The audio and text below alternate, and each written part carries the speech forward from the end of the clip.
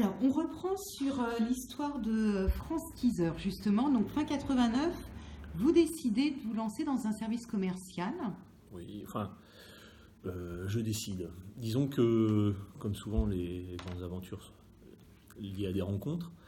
Et je vais à un repas un soir organisé par un serveur Minitel qui s'appelait RTL, qui est un des premiers services Minitel qui avait été créé, communautaire.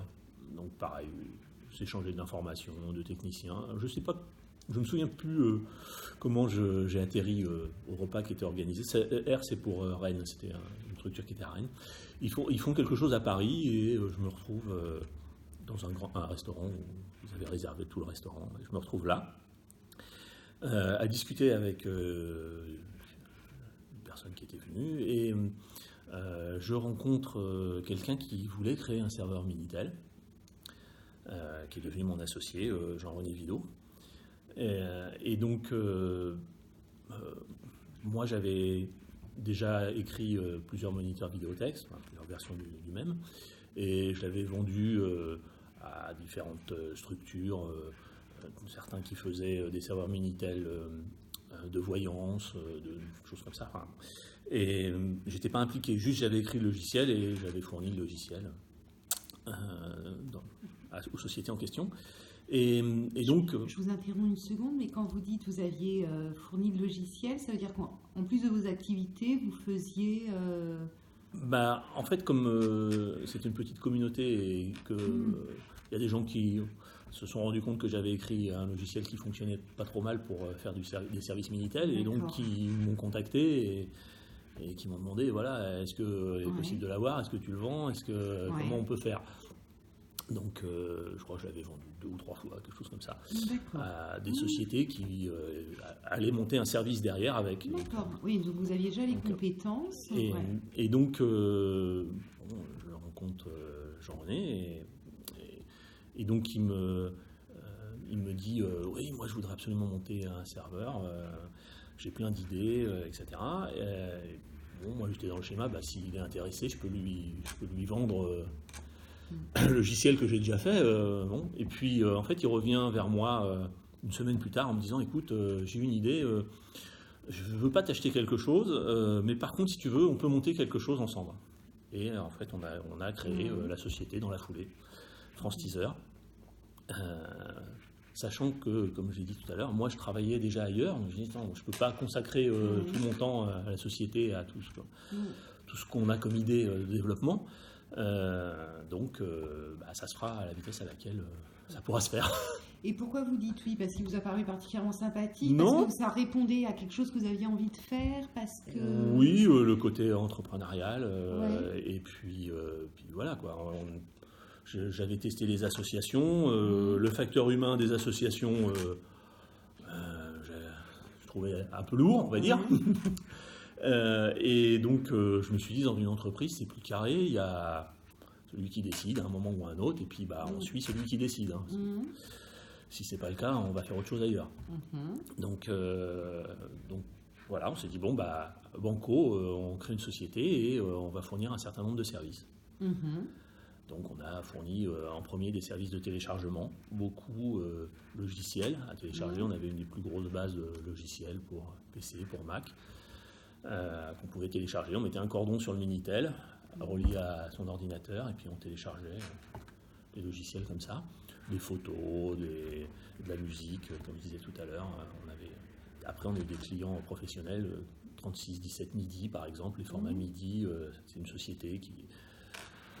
on a eu des banques aussi qui, pour télécharger les comptes bancaires, utilisaient le protocole que j'avais écrit, des choses comme ça. Donc là on est parti dans une entreprise commercial, Minitel, serveur Minitel. Je vais vous poser une question bête, mais le Minitel, longtemps, était sans images?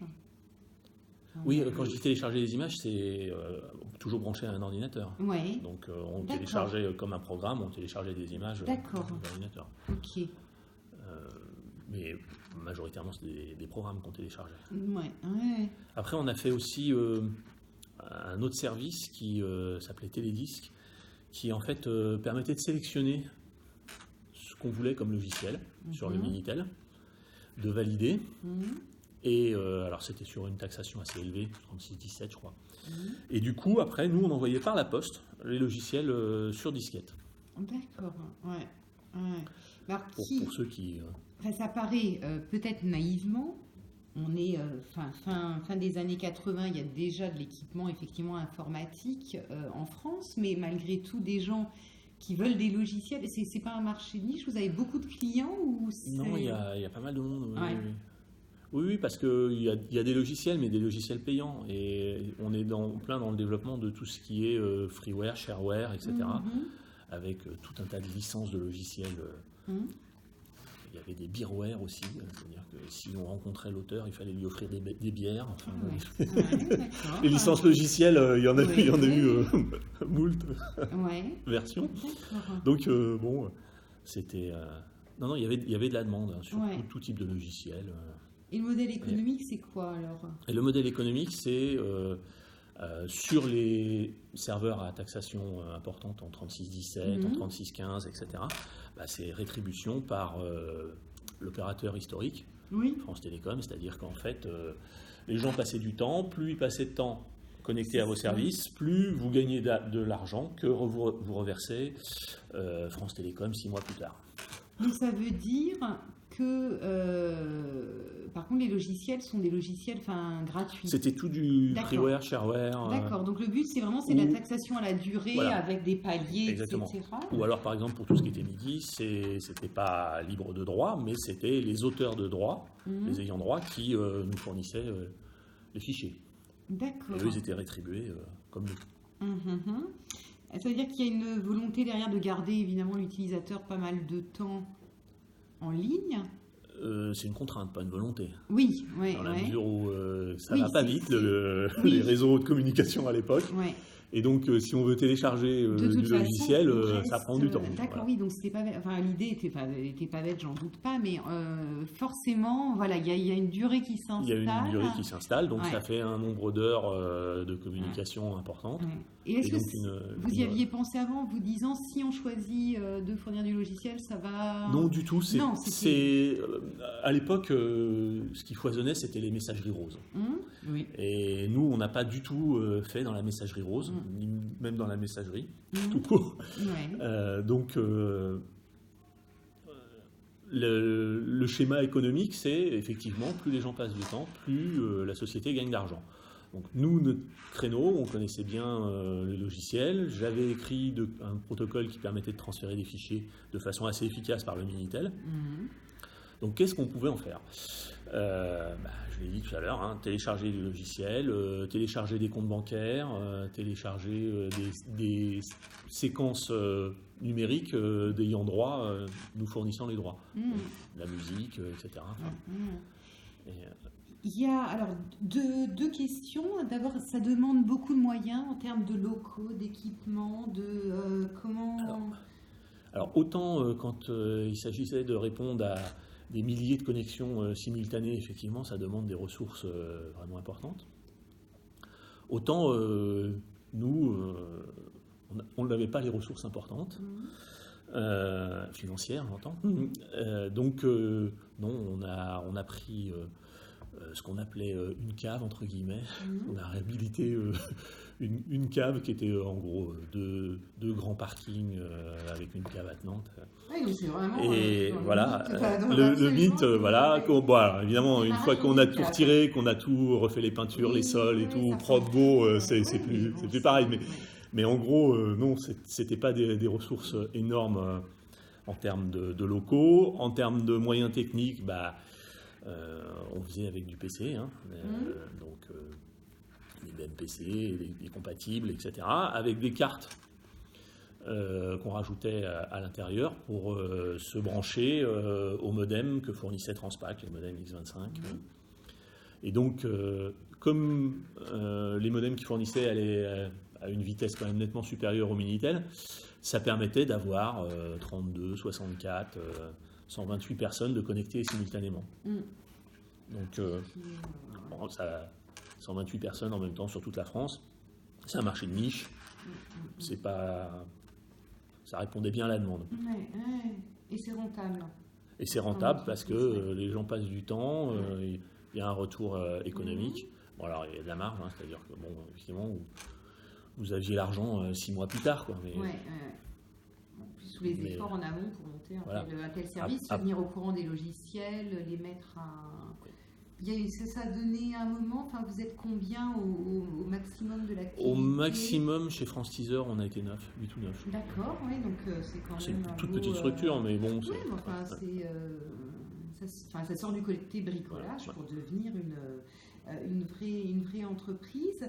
Vous gardez un souvenir de cette... c'est exaltant certainement de monter une entreprise. Après, est-ce que dans ce domaine-là, vos souvenirs, c'est quoi? Il y a des moments de... il y a des moments où, quand on a fini de réaliser un logiciel et qu'on le met en service et que finalement il est utilisé par tout plein de personnes, là on se dit ce que j'ai fait, c'est pas servi à rien finalement. Et puis il y a un côté exaltant de dire on a codé quelque chose, c'est l'homme contre la machine, finalement ça marche, quand on appuie sur le bouton à la fin ça fonctionne, ça fait ce qu'on veut du moins. Et puis il y a des tas de gens qui vont s'en servir. Donc oui, c'est...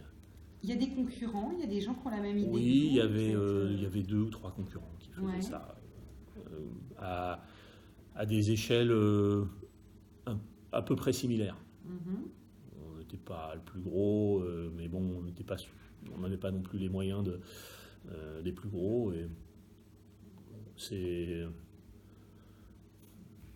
un marché qui était quand même un marché de niche. Donc, mais bon, on avait une bonne longueur d'avance sur tout ce qui était volume de logiciels, communauté des auteurs des logiciels, etc. Dans le même temps, justement, parce que vous vous intéressez au logiciel, est-ce que vous suivez ou est-ce que vous vous intéressez à toutes les associations, questions de logiciels libres? Est-ce que vous fréquentez ce milieu J'avais été échaudé un peu par les associations, donc je les ai suivis. Je connaissais bien les gens des différentes structures associatives. Je les ai suivis, mais j'ai jamais voulu mettre le doigt dedans, on va dire. D'accord, ok. Donc je pouvais partager certaines idées, certains thèmes de plusieurs associations, mais j'ai jamais été militant dans le libre, etc. Après, ça... déjà, quand on crée une structure commerciale, à l'époque, on va dire dans le domaine de l'Internet, il y avait beaucoup de recherche, d'enseignement et d'associatif. Et quand vous arrivez en tant qu'entité commerciale, on vous regardait bizarrement, on vous regardait de travers avec des gros yeux, qu'est-ce qu'ils veulent faire, comment... Donc... Et vous dites dans le monde Internet, là on est dans le monde du Minitel. Là, oui, parce que c'est à peu près à la même époque.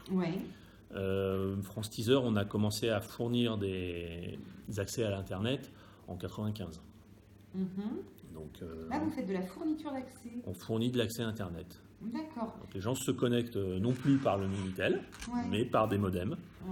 En 95, je crois qu'en 96, il me semble, c'est Fillon qui a dû dire que les communications étaient nationales à un prix. Voilà. Donc, quand on a démarré, on avait un point de présence. Donc en région parisienne, pour les gens qui appelaient de la région parisienne, et aussi sur les Yvelines. On avait un autre point de présence, on avait loué une ligne qui allait jusque dans les Yvelines, avec tout un tas de modems installés sur place, ce qui nous faisait une population de personnes qui pouvaient se connecter à Internet grâce à nos services, à la fois sur sur l'île de France, la région parisienne proche, et puis tous les Yvelines. D'accord. Et, là, on est en 95, assez vite après 96, donc effectivement, tout le monde pouvait se connecter au même prix au niveau national. En 95, on avait fait une offre qui était 60 heures, 60 francs, c'était des francs. Donc, ce qui était l'offre la plus basse du marché, on va dire, pour se connecter. Donc, en l'espace d'un an, on avait un bon millier de personnes qui étaient abonnées et qui venaient de façon récurrente sur nos services. Et le 96, donc on peut choisir son FAI, quel que soit le point du territoire, en tout cas ça coûte la même chose. C'est la naissance de Wanadoo, il y a beaucoup de FAI qui vont disparaître. Est-ce que ça vous a fragilisé ou est-ce que vous restez Non, parce que on avait beaucoup on va dire de professionnels. Disons que ça attirait une nouvelle population. On on n'a pas eu de départ en masse de clientèle. Ouais. Et ça a plutôt attiré, ça a démocratisé.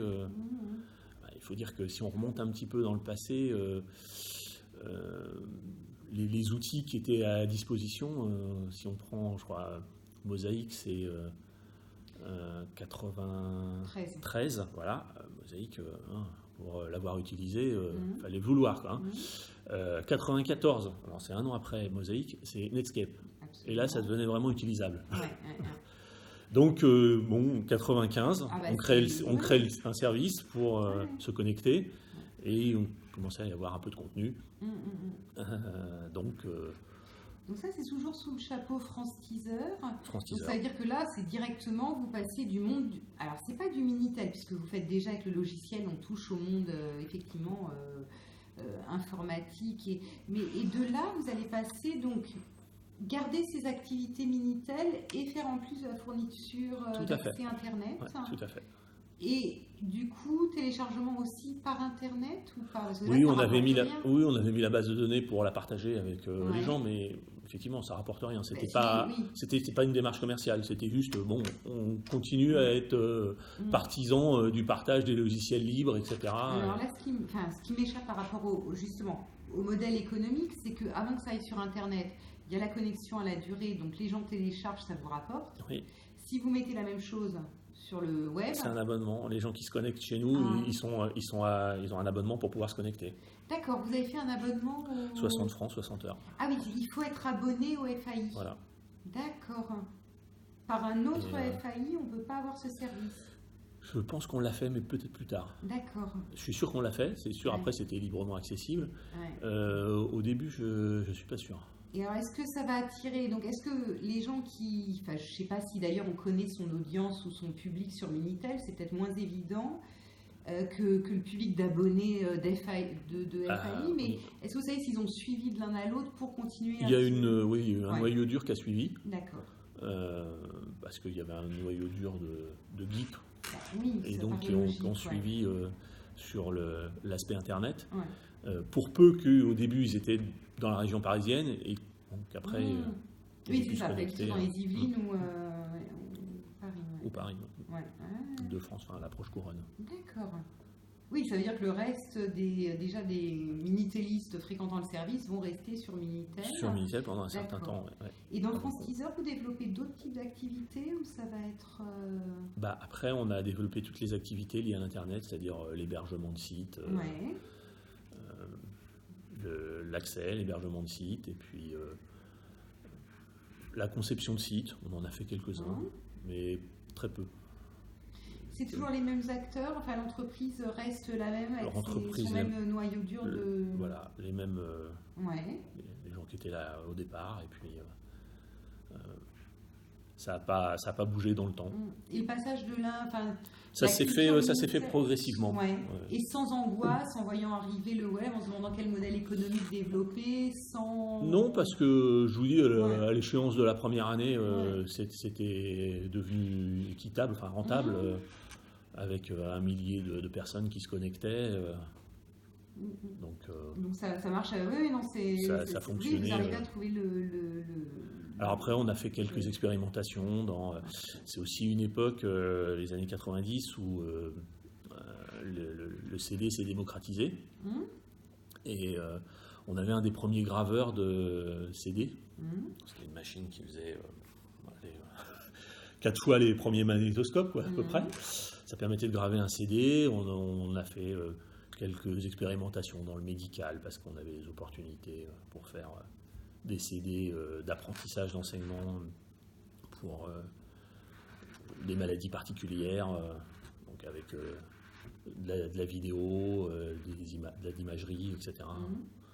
Bon, ça c'était de l'expérimentation, ça s'est pas vraiment développé. On a fait quelques CD, quoi. Et sinon, l'activité, c'était vraiment l'accès Internet. Donc là, vous allez faire à la fois FAI, à la fois hébergeur de sites. On est dans quelles années à peu près? Donc vous m'avez dit 95 le démarrage, 96 96, on fait de l'hébergement, on fait FAI. Ouais. D'accord, bon, c'est la période, on va dire, enfin, pas la pire, mais enfin, pour la période qui nous intéresse, vous êtes quand même dans les pionniers là, qui vont se retrouver dans une période qui est pas... qui est très à la fois exaltante et instable en termes de juridique, de responsabilité Exactement. Des hébergeurs, des fournisseurs, etc. Les problèmes avec les contenus des newsgroups, etc. Vous avez réussi à traverser tout ça sereinement On a traversé ça plus ou moins sereinement sur toutes les affaires avec les contenus des newsgroups, là, effectivement. Alors nous, on avait mis en place, je crois que c'est en 95, un accès pour récupérer les newsgroups. Ça ne représentait pas les volumes d'aujourd'hui, mais c'était quand même volumineux, donc le récupérer loin, c'était compliqué, et le récupérer au travers des réseaux, ça prenait quand même pas mal de bandes passantes, et donc du coup, on avait mis en place un accès satellite. On recevait ça par une parabole, et un abonnement aux États-Unis. On avait mis une grande parabole de 3 mètres sur le toit du garage. et donc, du coup, on avait un serveur de newsgroup assez fourni, avec beaucoup de choses. Et on a fait un peu de tri, effectivement, sur toutes les images olé olé pour pas risquer les problèmes que d'autres ont eu à l'époque. Et donc, vous n'avez pas eu trop de problèmes. Et donc, on est passé au travers. D'accord, oui, non, mais c'est parce que ça a été une époque effectivement mouvementée. Alors, c'est l'époque aussi où se créent à nouveau des associations, utilisateurs d'Internet, enfin AUI et compagnie. Là encore, vous restez plutôt à l'écart de toutes ces associations. Oui, je rencontrais les gens, Myriam, etc. Mais je ne vais pas, m'impliquer dans les associations. Même si je peux partager les thèses de... Après, vous connaissiez effectivement tout le milieu, je suppose, de l'époque. C'est un petit microcosme. Oui, absolument. J'ai vu Christophe Wolfungen, c'est pareil, quand il était étudiant, je l'ai connu, il se connectait sur nos services. D'accord. Donc, Oui. Donc on avait reçu effectivement Myriam Herzouki, on avait reçu, j'avais interviewé avant Valentin Lacambre et d'autres, donc vous avez côtoyé tous ces acteurs, Laurent Chemla et tous les autres. Alors, Laurent était aussi dans tout ce qui était les BBS que j'avais fait. D'accord. Vous y aviez travaillé ensemble, ou en tout cas, oui, il se connectait. D'accord. Oui, il était en tant qu'utilisateur. Oui, mais plus ou moins impliqué quand même. D'accord. Mais bon, on imagine effectivement que c'est un monde où tout le monde, plus ou moins, finit par se... On se rencontre forcément à un moment ou à un autre. Il y a des grands salons informatiques comme il n'y a plus maintenant, c'était CIVEA, des choses comme ça. Je me dis, tiens, j'y vais tel jour. C'était vraiment une communauté, quoi. Et sympathique. Oui. Globalement, il n'y avait pas de... Non, Années 90, vous en gardez un souvenir plutôt...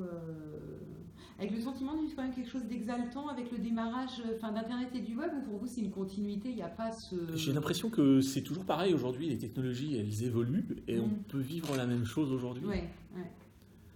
Je pense que c'est le milieu qui est exaltant, c'est pas la période, parce que les technologies évoluent toujours. L'innovation et tout le milieu qui va avec.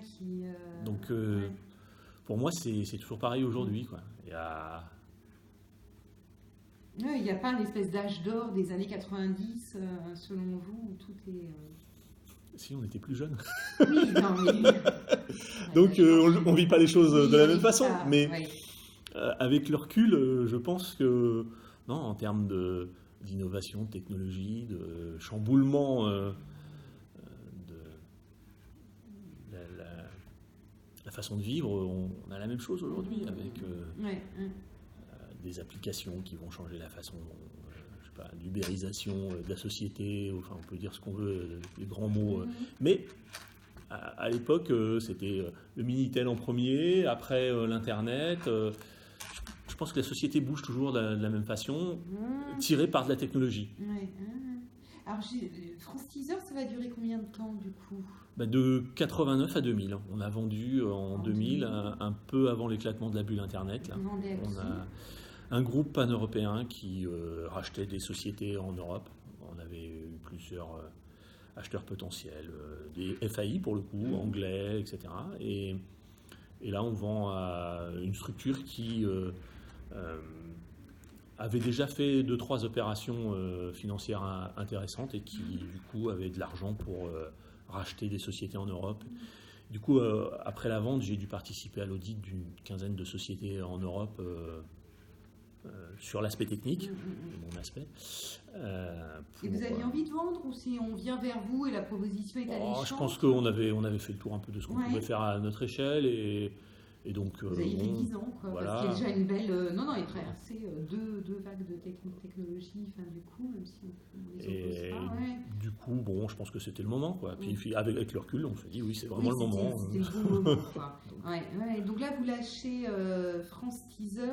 Je lâche, mais je reste encore pendant 2 ans dans la société pour faire une passation technique. Ouais.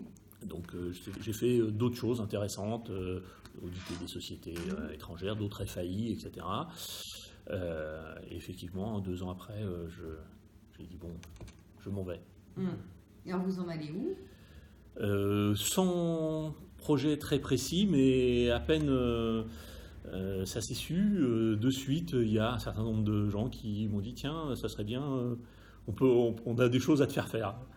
Et donc, finalement, je me suis rapproché à l'époque de Laurent Chemla, Pierre Bessac, Valentin Lacambre, et qui avaient des soucis pour gérer Gandhi comme on peut gérer une association. Et c'était pas une association, c'était une société. Donc, ils se sont retrouvés avec tous les salariés en grève dans la société. Enfin, c'était des co-actionnaires et co-gérance.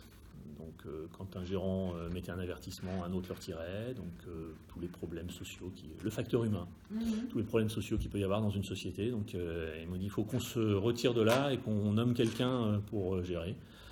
Donc, on s'est mis d'accord. Je les ai vus séparément parce que je ne s'entendais plus très bien à ce moment-là. Les relations, ça vient. Je les ai vus séparément. Ils avaient l'air d'accord au moins sur la finalité. Donc, tous les 4 actionnaires. Donc, j'ai dit ok, je viens pour vous. Et donc, j'ai remis un peu d'ordre chez Gandhi. Alors, vous venez, je viens pour vous, il peut y avoir des relations déjà qui dataient pour certaines, vous les connaissiez déjà avant, mais vous venez, certainement aussi, soit parce que l'entreprise vous intéresse, le défi, ou qu'est-ce qui vous motive à aller chez Gandhi? Est-ce que c'est son projet? Est-ce que c'est... Dans une société, il y a 2 choses qui font que les choses peuvent se passer mal. C'est soit il n'y a pas assez d'argent, et là ça se passe pas bien dans la société en général, soit il y a trop d'argent. Chez Gandhi, c'était le cas numéro 2. Donc les actionnaires co-gérants n'étaient pas d'accord entre eux sur comment utiliser l'argent. Donc effectivement, pour moi, le premier défi, c'était d'apaiser la situation, tant avec les salariés qu'entre les actionnaires co-gérants. Et le deuxième défi, c'était de remettre en route la structure, parce que ça marchait très très bien économiquement, techniquement, il y avait quand même beaucoup de choses à revoir, et humainement, il y avait énormément à faire. Donc c'était un nouveau défi, le côté humainement dans une société avec beaucoup de choses à faire. Donc ça m'a un peu motivé en disant bon, on va essayer de remettre de l'ordre là-dedans, on va jouer au diplomate. Vous avez joué combien de temps au diplomate? 2 ans à peu près. 2 ans, ans, les relations étaient apaisées et les actionnaires et co-gérants étaient d'accord entre eux pour se dire qu'ils n'allaient pas trouver de terrain d'entente sur comment dépenser l'argent qu'ils avaient. Et donc la meilleure solution pour que chacun puisse faire usage des fonds d'une façon qui lui convienne, c'était de vendre la structure. Donc, ils ont lancé un appel d'offres pour vendre la société, et un open bid, et puis après la société s'est vendue, j'ai fait une transition de quelques mois, puis je suis parti. Donc 2 ans d'expérience dans Gandhi à peu près. Dans Gandhi, voilà, les noms de domaine. Sachant que les noms de domaine, on en vendait déjà chez France Teaser, surtout de l'aspect hébergement. Le premier nom de domaine qu'on a déposé, je l'ai fait ça en 92. Donc effectivement, à l'époque, ça coûtait 0. Avant que ça ne voilà. Après, en 95-96, je crois, c'était passé à $100 pour déposer un .com. Et puis France Teaser a été un des premiers clients de Gandhi quand Gandhi a réussi à avoir la licence de l'ICANN, l'organisme qui gère les noms de domaine, en 99. Donc là, on pouvait acheter des .com, des .net, des .org au travers de plusieurs sociétés dans le monde. Avant, il y avait un canal unique. Donc, oui, absolument. Et donc, voilà, je connaissais et un peu la partie technique côté client. Je connaissais bien toutes les technologies mises en œuvre. Et c'était un cheminement un peu classique. Et alors après ? Après, je me suis dit, je vais m'arrêter quelques mois, et puis finalement, non. J'ai été en contact depuis assez longtemps avec Xavier Niel, qui me disait viens chez nous, viens chez nous, viens chez nous. Et puis, je me suis laissé tenter, et voilà. Et donc, je suis parti chez Free. C'est une belle conclusion pour arrêter là. Je suis passée chez... D'accord. Et après, vous avez... c'était un parcours de plusieurs années chez Free. Voilà.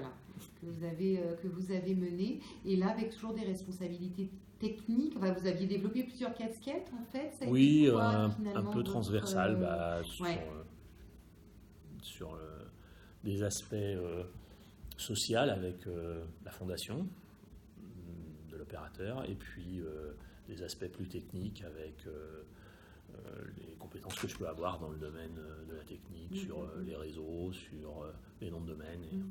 En fait, si on reprend, vous passez des couches basses jusqu'à effectivement l'hébergement, en fait, vous faites un peu toute la palette des services. La curiosité. Minitel, Unix, informatique, FAI, hébergeur, etc. Le nom de domaine, vous avez effectivement... alors la curiosité...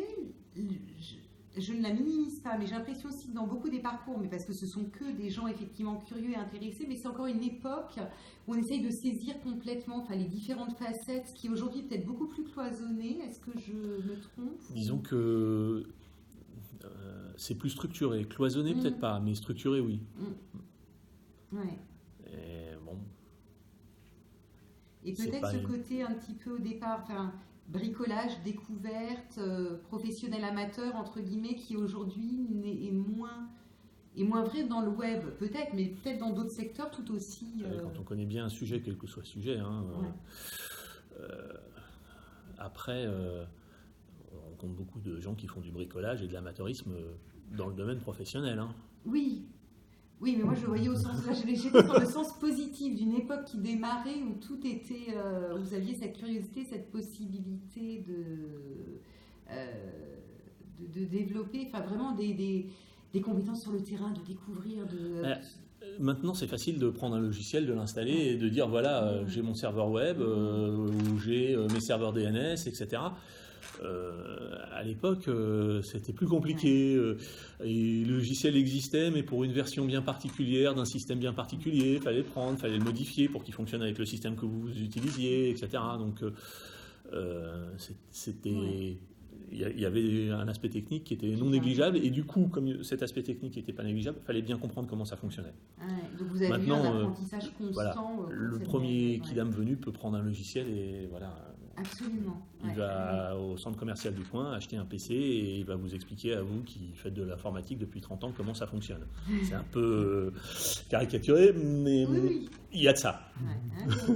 Oui, ce qu'on ressent aussi, que les enfants d'ailleurs, qui sont capables aussi de faire les tâches choses et de les expliquer, sans rentrer effectivement, alors qu'à l'époque c'est pas possible. Vous avez évoqué les maps de circulation des données et tout, sans rentrer dans des coulisses qui sont effectivement extrêmement techniques.